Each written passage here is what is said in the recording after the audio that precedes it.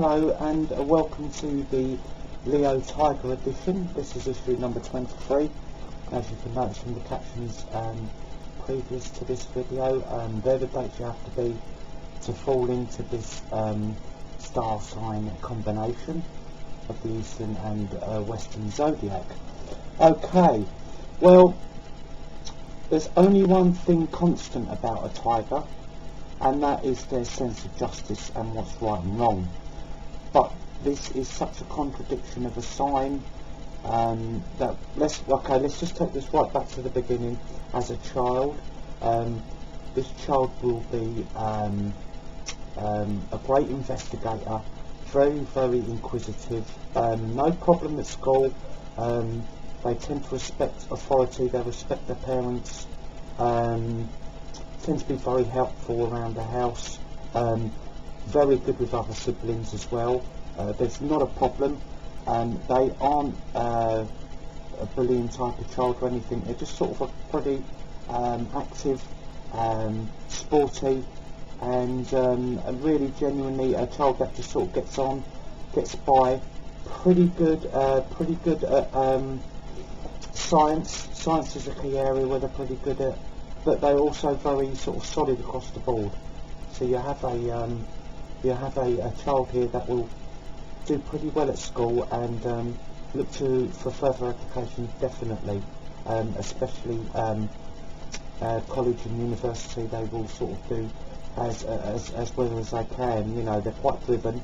But the contradiction with this combination starts to arise around about the later teenage years and in the early 20s. The tiger, you know, is this justice-seeking, a very pioneer of a sign, and it likes to try out new methods,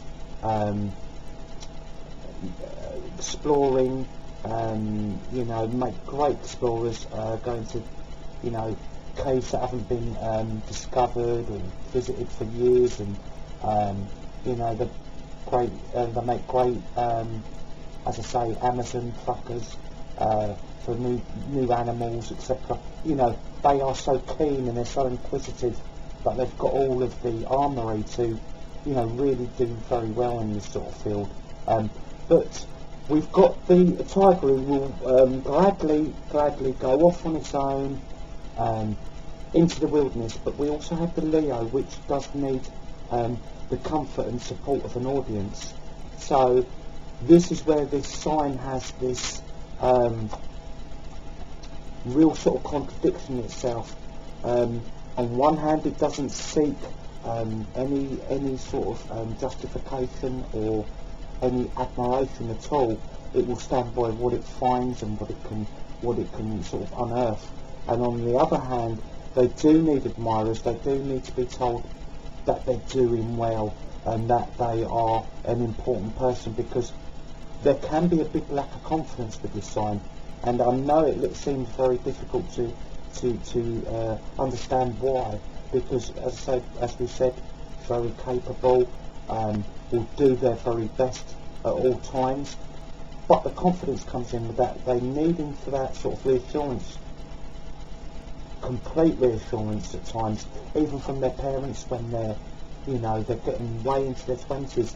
They still need to be told that they're doing the right thing and that they're you know, that they're worthy. They do have, as I say, confidence crises and also sort of self-worth problems.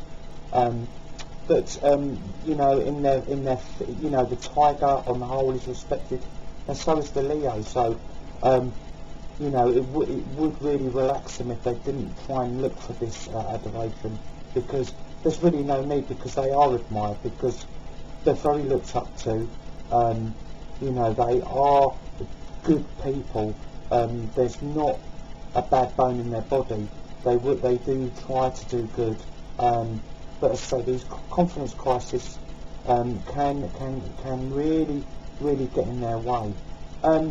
But with respect to relationships now, they can start families quite young. Yes, that is quite possible. Normally around the middle 20s area, but you know, they like to sort of mate for life, even though they can sow their oats a little bit when they're younger, but they do like to pick that one partner and go all the way through, if at all possible. So it tends to be a bit later that they start a family, and that's when they're normally 100%. But to attract this sort of combination, this is where the kidology comes in. You have to be as distant as you can while still keeping them interested, because the tiger loves a challenge, the Leo loves a challenge. If you're a bit too forward or a bit too putting yourself in the shop window, so to speak, for them, they will lose interest very quickly, and they will feel there's no challenge in sort of getting your attentions. This is male or female, by the way. This doesn't matter. It works for the ladies as well. So just give enough, just a little, and to keep the, as I say, the curiosity and the a little bit of gameplay.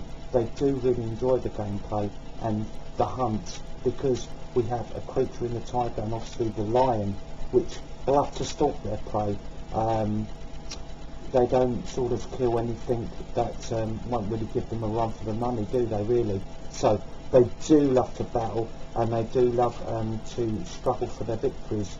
So make it as hard as possible, but you know, don't cave in, because, as I say, if they think this is going to be too easy, they won't hang around, and that is the contradiction that you're going to have to deal with in yourself.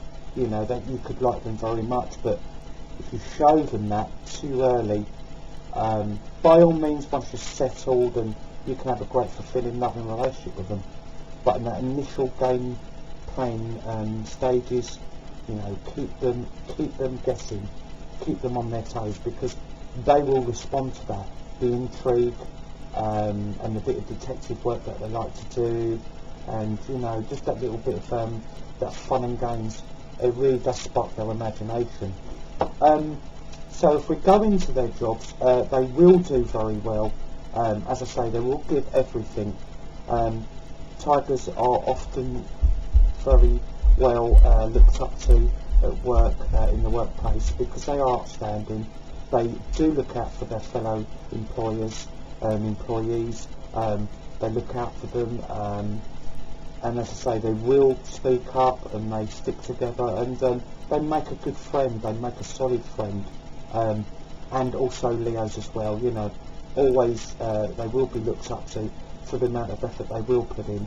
So just watch that confidence, and that you don't have a dip of that, and then you'll be fine. It's a really nice combination. Fatherhood for the tiger is an excellent thing. You know, once they do become a parent, they are you know, very at one and at peace. It may curb them in their exploratory sort of nature a little. They're being quite content, and they don't tend to then play the field. It doesn't interest them, as I say, because they've got themselves set, they've got their little den, and they're very happy with that. The females, on the other hand, the female tiger parent is quite unusual, because they tend to want to become a little bit more independent after they've had the child, because they feel as though that's not all they are. They do need a career, and they tend to really pursue a career very much so, very quickly afterwards, because, you know, they do like their children to look up to them, that they are achievers, that they do work hard, and that's how you do well in your life. So they really concentrate hard on that, you know, and as I say, do brilliant things for a woman's lib, in that sense of saying, hey, you know, the woman equally as strong as a man, and I'm going to prove this, and they do prove it excellently. If we look at the health of the Leo tiger, there is one weak spot, and that is the back. This can be slipped discs, quite a lot of nerve trouble, and it's normally the lower back, but it can really make their life troublesome. Can be very decent sports people, but sometimes have to give up their sports early because of this lower back problem. Also, you know, there's problems here, lumbago, and arthritic pain in the spine. So, you know, keep it as flexible as possible without overdoing it, because the Leo tiger's back can just go dum dum, and it's and they're in trouble for quite a while. So, you know, be respectful of this, and try not to overstrain yourself on those sort of counts of over sports or weightlifting, etc. Anything like that, or overdoing it in the gym, because the back will definitely come back and haunt you. My favourite partners for the Leo Tiger, well, it's the unpredictable horse, because the horse with his good nature but his very sort of enchanting way will keep the tiger guessing, and that really is a fascinating duel there, and one that will keep them both very happy, sexually as well. That will be a fantastic match.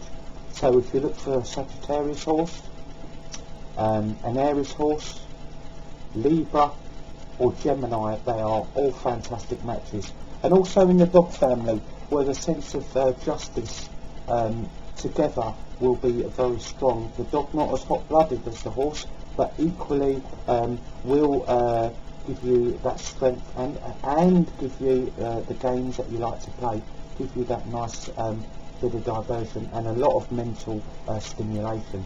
So if we still look for the Aries, the Sagittarian, the Libran and the Gemini of the dog family, they're excellent matches. On the no side, any monkeys whatsoever, you tend to attack each other's egos, and tend not even to get to the friendship stake, so I doubt if you'd even be looking at each other there.